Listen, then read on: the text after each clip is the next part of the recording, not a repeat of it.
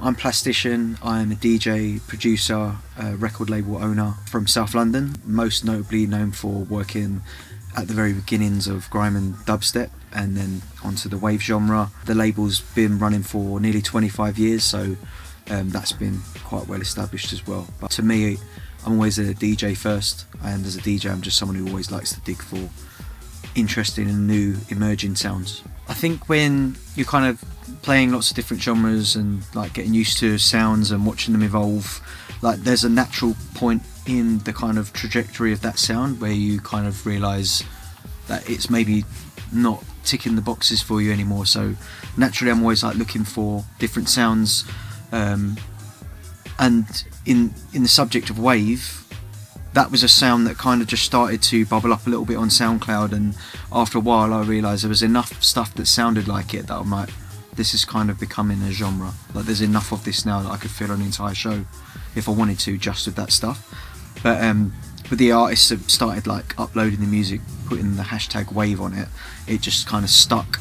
So while I was doing all that, I was still playing a lot of grime, a lot of dubstep, a lot of techno, all sorts of stuff, as I always have done. But I don't know if there's ever like a conscious like, now I'm done, but it's like there becomes a time where less and less of the stuff that you like about a certain genre is easy to find, because it goes maybe like in a different direction, and that becomes the current sound within that genre. So sometimes for me, like with like dubstep, it got to a point where it was so hard, I'm like, this is a bit too hard for me. And I think that was naturally when I started looking at this wave stuff that was like complete opposite end of the spectrum. So I think it's just about where your tastes lie and trying to find a sound that interests you at that time. I would say one of the things that I always carry with me across any kind of like business within the industry is like your people skills, the way that you talk to people, the way that you carry yourself. Like being professional, one thing, but also like it definitely helps being able to get on with people. And I would say, I'm quite a social animal just naturally, so I've been quite fortunate that I think that this industry kind of suits my talent scope. I don't know if that's even a thing, but it's been a good industry for me. I like meeting people. I can kind of find common ground with almost anyone, even people that I don't particularly like. So I think that's definitely helped in the industry, and just being able to sniff out the real ones from the fake, and kind of sticking with the good eggs, working with them, and trying to be a good egg myself as well. I would say to keep like your brand like over a long period of time, like, or staying relevant, it's definitely being able to not necessarily completely reinvent, but like if you take your kind of audience on the journey with you a little bit.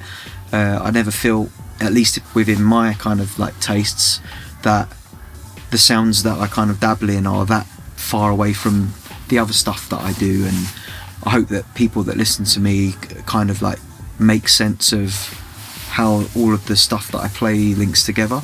So I think it's about keeping it fresh, but also like realizing that if you go too hard too quickly, or you completely like switch genres, or like that is like from one extreme to another, you're going to lose all of the kind of momentum that you've built up to that point. So I think it's about constantly evolving, but not at a like breakneck speed. Just try and bring your audience on the journey with you, and hopefully that they can then understand what it is that you're trying to do, and they're there for the journey and not for like that track that they heard you play 10 years ago. Hopefully. I mean, there are a few of them. I think the good thing about AUX is how diverse the entrances are. I think the beauty of Pirate Studios is it is kind of like open to all, and you've definitely brought that kind of crowd out. We've heard already halfway through the event, and we've heard God knows how many different styles of music, good bunch of people, everyone seems to be mixing really nicely down there. So it opens up the door for collaboration, meeting people, making friends. In a world where everyone's stuck online on their phones, it's nice to just get people out as well. So I think it's important, and it's just nice to hear what people have been up to in the studio as well.